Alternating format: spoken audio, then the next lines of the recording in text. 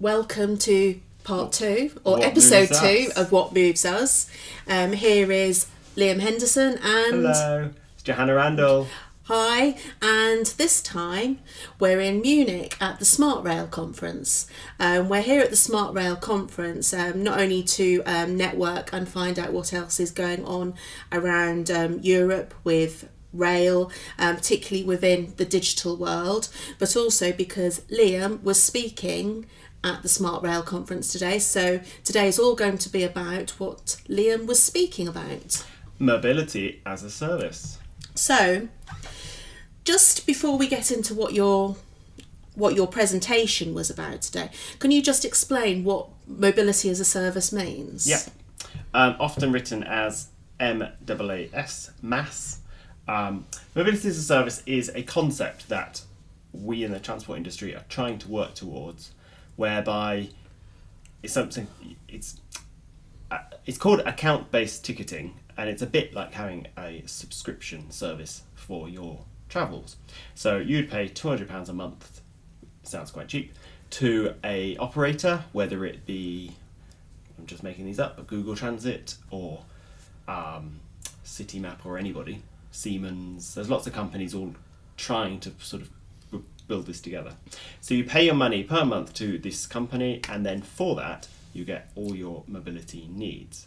So you would use their app and you'd say, I need to get from this hotel in Munich to London, and it would come back with the search results and would inside it have the ticketing sorted out on your behalf. You don't need to worry about how much things are, it's all covered in your mobility, and it just tells you what to do.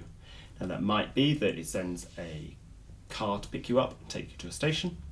It might be that it puts you on a flight, and so it says go to the subway station, take a subway to the airport, get on this flight, and that is all taken care of for you for your fee. But the two concepts that we haven't yet sorted out properly in MaaS, the MaaS world.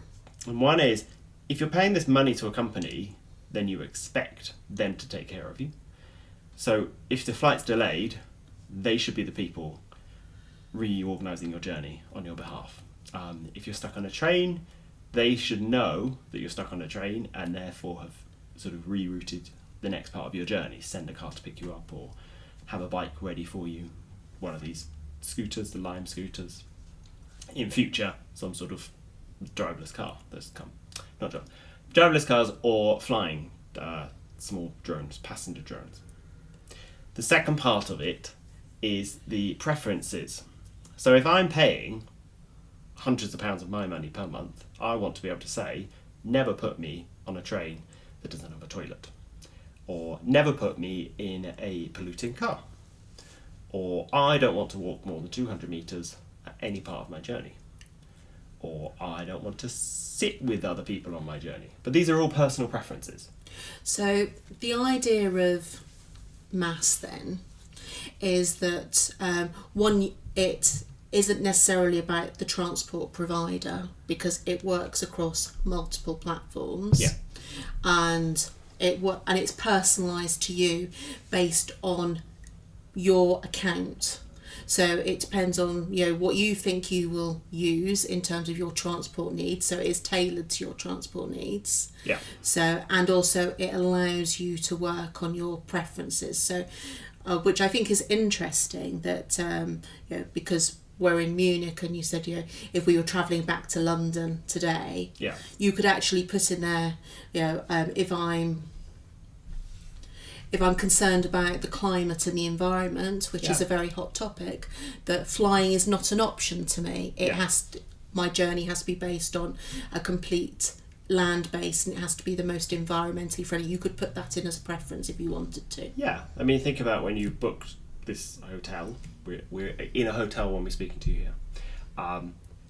When you book a hotel, you go to booking.com and you untick all the boxes that you don't want. I want a swimming pool, I don't want a minibar in the room, I want it to have a restaurant, I want it to have a 24-hour reception. All of those things are options I now expect to see. And in the transport sphere,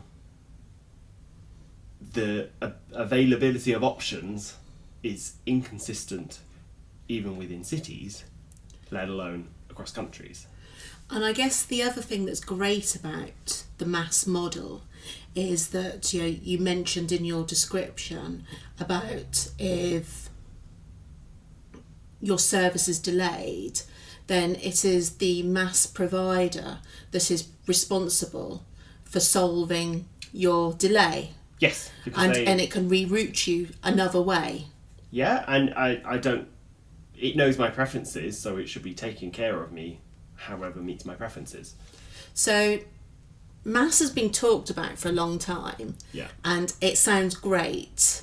So, why isn't anybody doing this? Some people are doing it, but if you think about this, there's non-rail. We're obviously rail people. There's non-rail companies trying to set this up, and they find it very easy to engage with Lime scooters, let's say, because they're a new company, a software platform, and they've plugged this type of thing in. Uber has sort of data feeds. If anything, Uber is kind of a bit like a mobility as a service, except your only option is a car, because you press it on your phone, I need to get there, and it sends you a car and sorts it out. If it charged you per month, then that would be a MaaS solution. Why are other companies not doing it? It's incredibly complex to offer that to a customer, and if you're guaranteeing my service, so my relationship with you, for example, I've bought the expensive package of mobility as a service. So the bells and whistles, minimum wait times, maximum comfort on the whatever transport mode.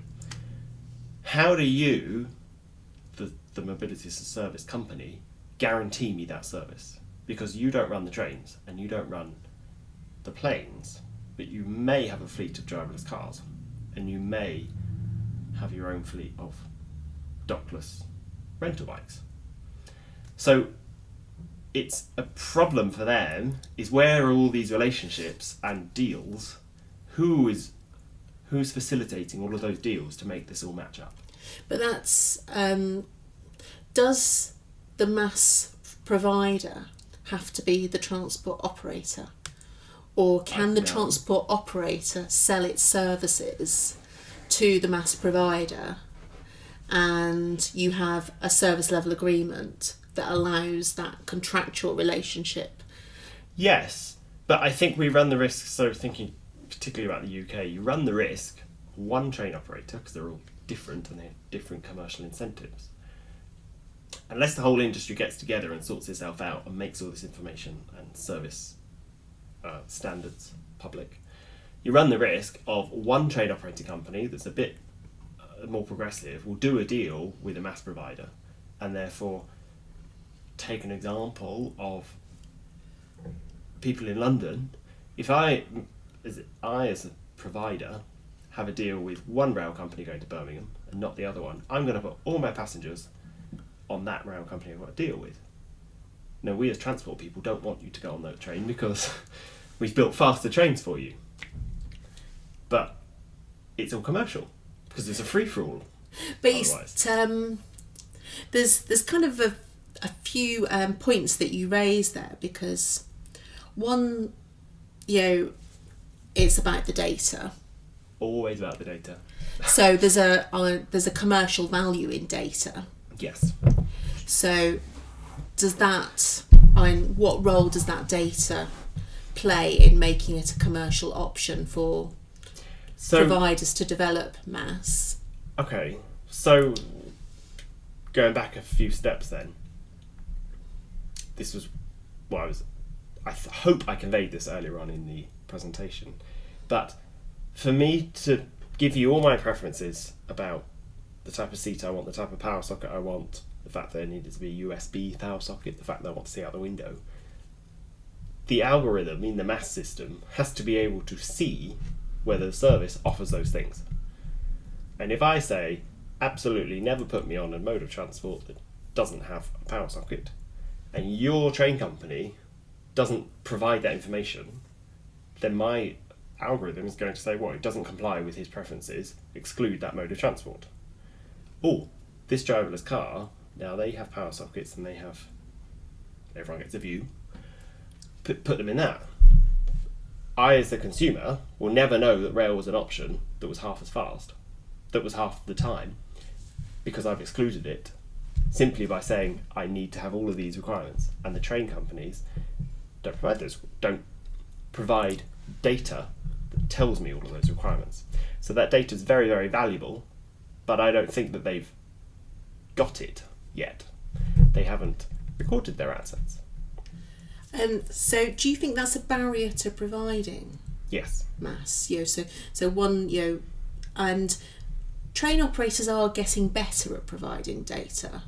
They are, but take, for example, a seating plan. If I buy a ticket at the moment and I want to choose my seat, I have to go to the train operating company and buy my ticket through them. And some of them will let you actually go to a picture of a carriage and pick the seat you want. But it won't give you any information about the carriage, really. It will just say, there's a plug socket. And it might sort of try and show you whether you can see out the window. But if you buy from a third-party retailer, they can't see that information, so they can just make a request to book a seat, and you get reserved whatever seat you get given. You then can't change it. But for number one, that information needs to be provided in a feed to the retailers, but also it needs to go in a feed that's consistent across all train companies. So all train companies, if they say they have a power socket, it needs to say it's a USB one or it's a plug. And that consistency, when you're talking about needs within the train, is difficult because you have different types of service. Because when you're talking about providing, I can book a seat, I can get a window, you very much think of those I'm going to call them luxuries, but they're not really luxuries. But you tend to associate them with long distance intercity style operators, because you can't book a seat on Thameslink. I mean, you can buy an advance purchase ticket, but you can't, even though you may be travelling Brighton to Cambridge now, because they go all the way through, you cannot book a seat. You're just buying your journey. And I think, just to refer to another presentation that we heard today from the Rail Delivery Group and Robert Nisbet, was that he was talking about the recent fares review, and about how we need to look at the regulation of fares, because it hasn't really changed since privatisation in 1997. And I think the internet was a thing, but it was very early days, and our ticketing is still based on a paper-based system. But but it's kind of in the name of mobility as a service. In what are you selling me? But I think when you look at the rail settlement plan and the national conditions of rail carriage, it's selling you a journey, not a seat.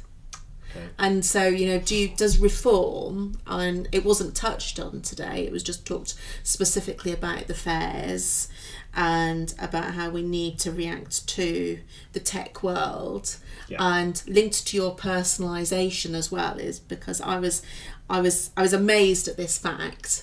There are 55 million tickets within the system, which is more than the adult population of Great Britain. Yeah, more than there needs to be.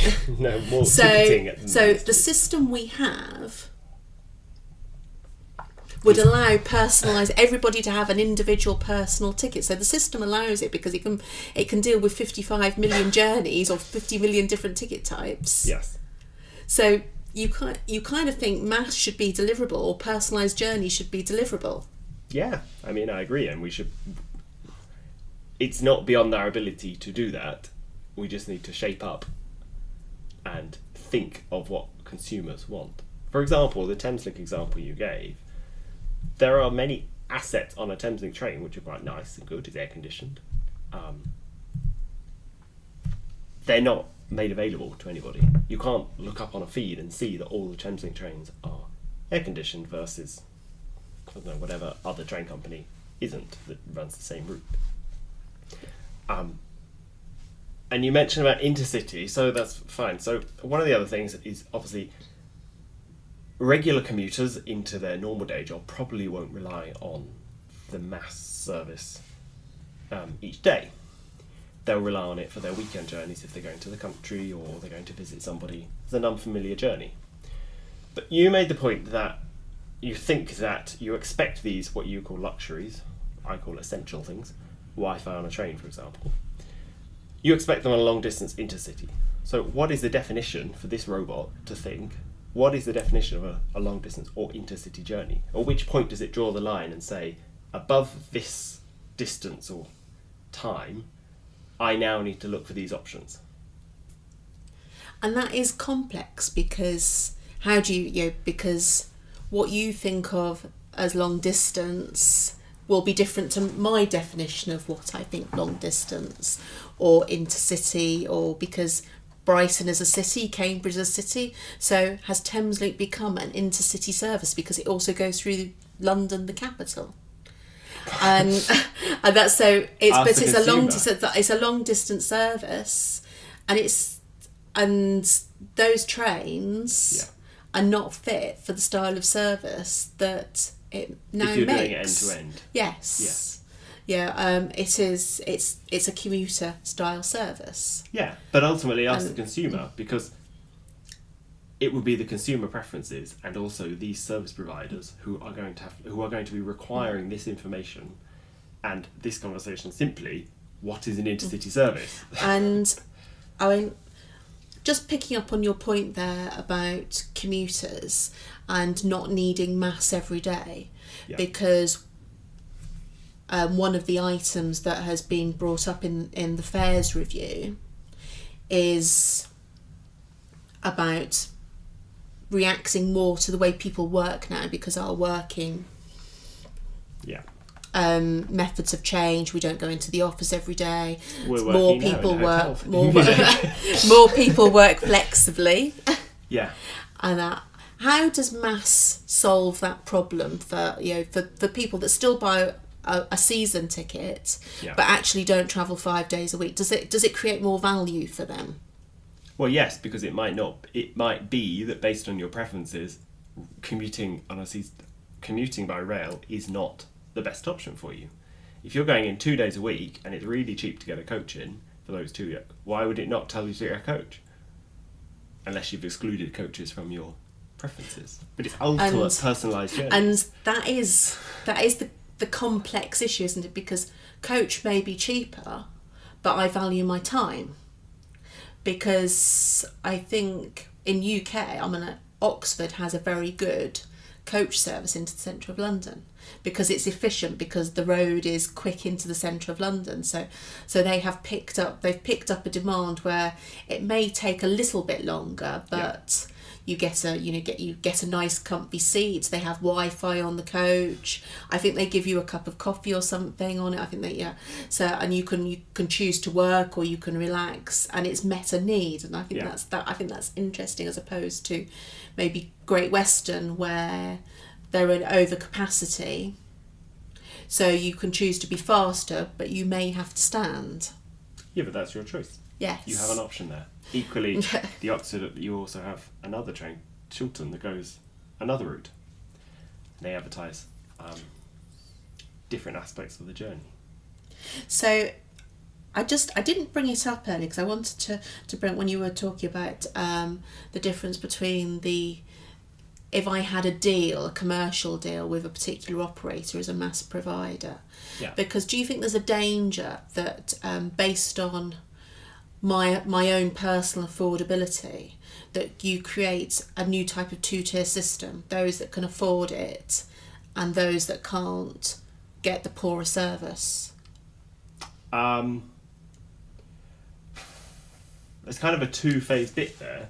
So in the shorter term, based on our current fares and ticketing, it's quite easy for the MaaS provider to go to one of the companies going to Birmingham and say, give me all your advance tickets and I'll distribute them to my consumers, or sell me the tickets at your advanced rate fixed. They have to use your service, but we'll take the risk of whether we then pass on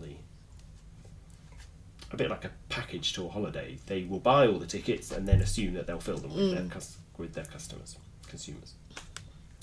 So in the short term, it actually could be cheaper for some people. In the longer term, it gets quite interesting, because if MaaS is embedded as the standard way that people consume mobility, you completely sever the relationship between the train operator and the consumer. They don't talk to each other. The train operator deals with the MaaS provider, and the MaaS provider deals with their consumer. That MaaS provider is likely to be a huge multinational company, much bigger and much more powerful and influential than the little train company. So they will they basically can dictate the fees, the fares they pay, because the consumer will never see the train company. So they're in ultimate control. So do you think long term you could almost see a risk to operators? It's almost making me think about milk farmers or dairy farmers, where they're not being paid the value for their milk by big multinational corporations, but as the consumer, the price of milk hasn't really gone up in price in the last 30 years because they've just been keeping the price suppressed. Could you see that as being a risk to transport providers? I could, if they sever the relationship. One of the other sort of similar examples is when the price comparison sites came out, websites for airlines. You could never see Ryanair on them, and Ryanair did end up giving its information to them because that's how customers were choosing how to fly. And if it didn't show up on this middleman, Kayak or Expedia or something, if it didn't show up on their feed, then the consumer didn't know it was an option. So they had to play the game. So, do you think MaaS will happen? I think yes, and I think it will happen in one country first, and then a similar version of it will happen elsewhere. In reality, it should probably be that we, across all of Europe, work out what we want out of it for rail. Because also the software companies are based in Silicon Valley, where rail isn't a normal mode there. It's not a traditional standard mode. So why would they be building an algorithm that thinks of rail the same way we think of rail? They're thinking it based on raw statistics. And on raw statistics, it's kind of slow over there. It's not a brilliant passenger experience. And it's delayed a lot. But in the Silicon Valley, though, they are applying the model more to road transport, aren't they? And they're specific. Like at the moment, they're looking at it. I think in San Francisco, it's actually cheaper now to get Uber, isn't it, than to get public transport. Yes. So it's almost like Uber is outpricing public transport, but that is very peculiar to the American market. And I think probably long term, if autonomous vehicles were to come in and you're actually doing away with the main cost of running Uber, which is the person sat in the front of the cab, it will become cheap. It will become cheaper. Yeah. And that could be a threat to rail in itself, couldn't it? Yes. Because the cost of rail is hugely expensive.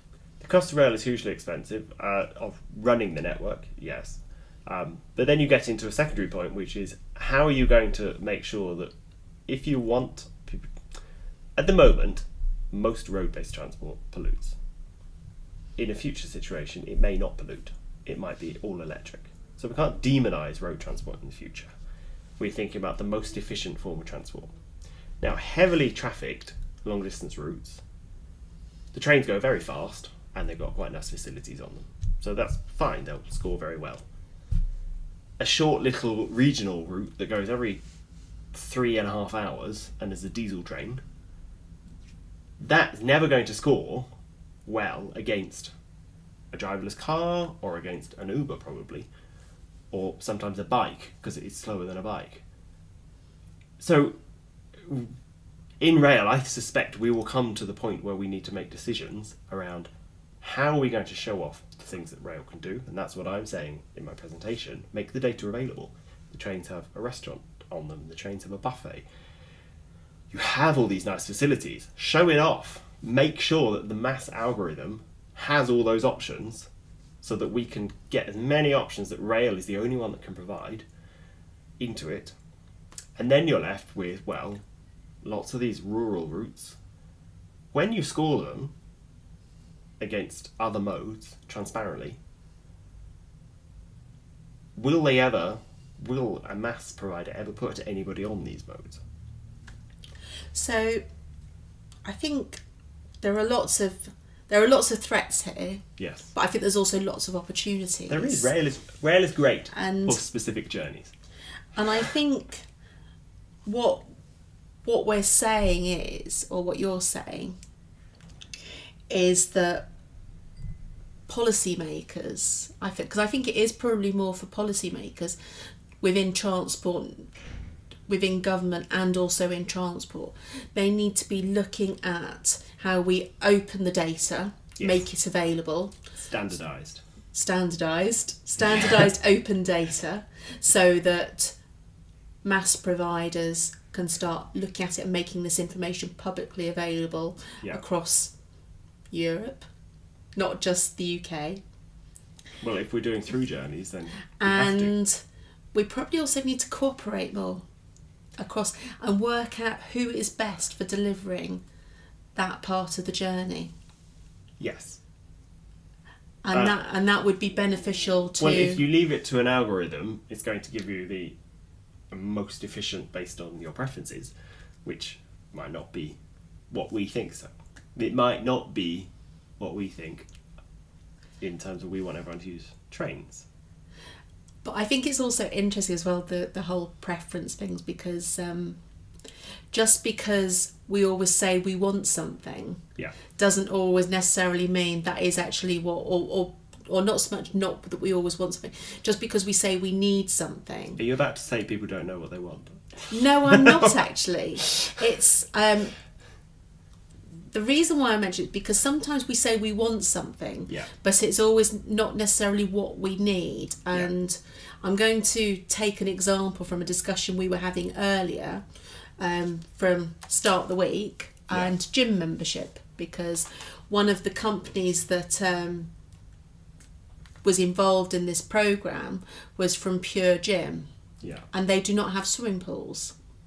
And apparently research shows that if you were to ask somebody what they want when they join a gym, 9 out of 10 people will say a swimming pool. In reality, only 1 in 10 gym users use the swimming pool at a gym. And swimming pools are hugely expensive to operate. Because they have chlorine, they have maintenance, and lots of maintenance costs. So they made, based on that data, they decided not to have pools. And I guess that's the thing, is I may say... You just used the magic word there, they use data. They use data, yes. but that's, it is, I may say I want the fastest journey. But actually in reality I want the cheapest, or vice versa. So that would be a MaaS provider at the moment, because we're on a free-for-all, we're heading towards a free-for-all. The MaaS provider will be using data to work out those things, and they can put boxes in, or they can put like what do you call them, where you move the dial up and down, how important is this thing to you, and they can make the trade-offs in their system.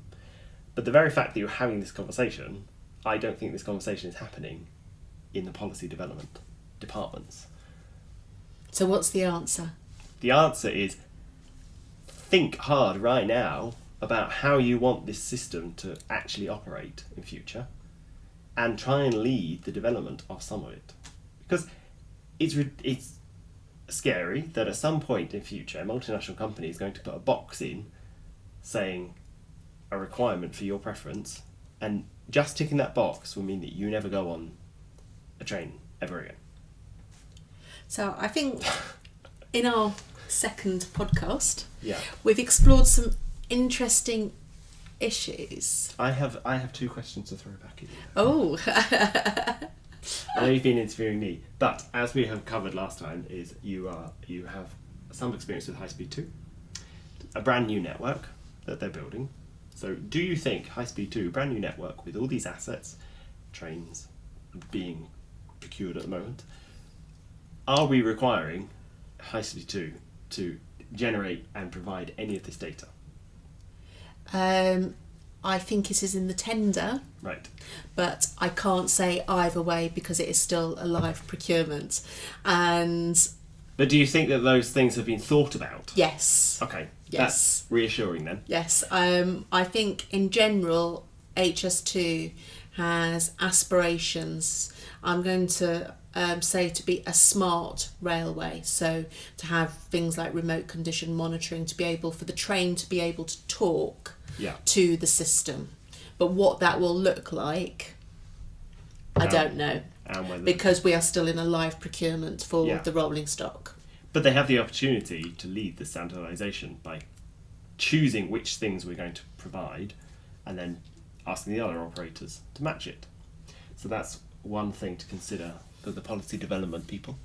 And the second thing I wanted to bring up, which I missed, I forgot to say earlier on, was because of this lack of information available from the train companies, what you see happening is companies developing now crowdsourced or researched information to fill in the gaps on these aspects on trains. So you probably have used an app that tells you where to get off the train for the exit, and it will say get off the first carriage to the second carriage because it's next to the exit that will take you up to this place. So that wasn't given by a train company, that's someone else has done it. That's now valuable data that's literally someone going to a station ticking a box, and now other people are making money out of it. And there are people who, it already happens more so in aviation, but there are whole websites about how good each seat on a plane is. And effectively, they're making money from this. And it's all crowdsourced information. So people leaving reviews that someone else is then making money from. But that money will be lost from rail because someone else is going to generate the data for us.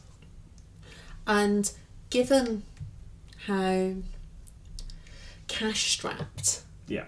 rail is, this could be a valuable commercial income stream Yes. if we realise the importance of that data and how that could improve investment in the rail.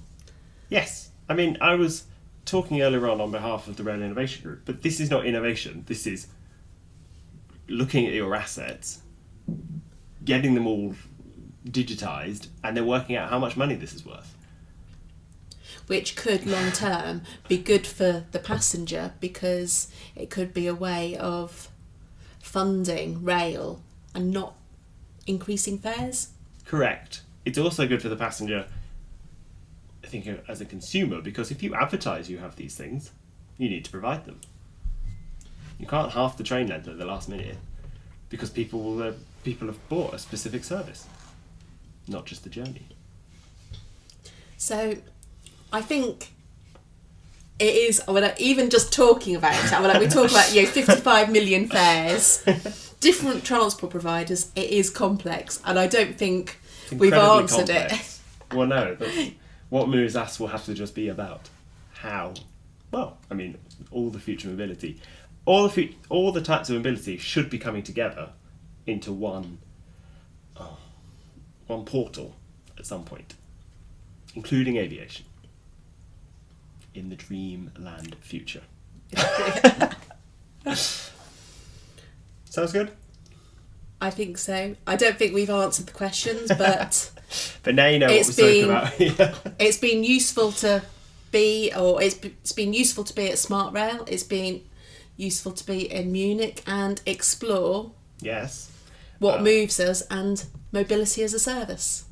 Thanks for listening. Goodbye.